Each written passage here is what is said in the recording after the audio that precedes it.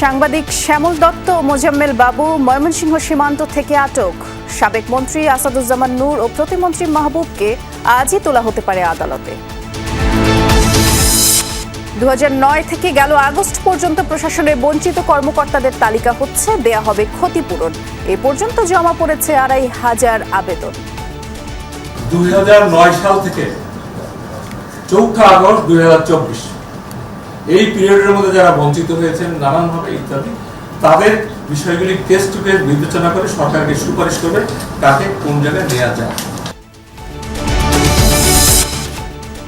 অন্তর্বর্তী সরকার দীর্ঘদিন ক্ষমতায় থাকা জনগণ মেনে নেবে না বললেন মির্জা ফখরুল। উপদেষ্টারা নতুন দল করার কথা বলায় হতাশা প্রকাশ। নতুন দল তৈরি করতে হবে, তখন বিস্মিত না হয়ে পড়া যায় না। এই এখতিয়ার ওনাকে কে দিয়েছে? উনি এই দায়িত্ব পেলেন কোথায় যে তিনি বলবেন যে নতুন দল তৈরি করতে হবে?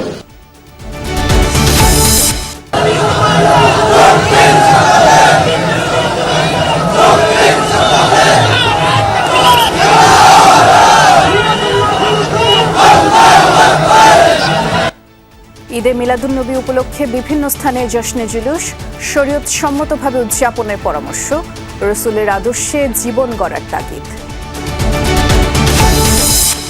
টেন্ডার ছাড়াই 90টি বিদ্যুৎ কেন্দ্রের অনুমোদন দিয়েছিল আওয়ামী লীগ সরকার। 3 বছরের চুক্তি থাকা রেন্টাল প্ল্যান্ট চলেছে বছরের পর বছর, দিতে হয়েছে বিশাল অঙ্কের ভাড়া। একটা সময় পরে গিয়ে যখন অনেক বেশি ক্যাপাসিটি বাড়তে শুরু করলো, সে সময় এই ধরনের ক্লজ না দিলেও আবার নতুন বিদ্যুৎ কেন্দ্র কমিয়ে আনলেও আমাদের জন্য হতো।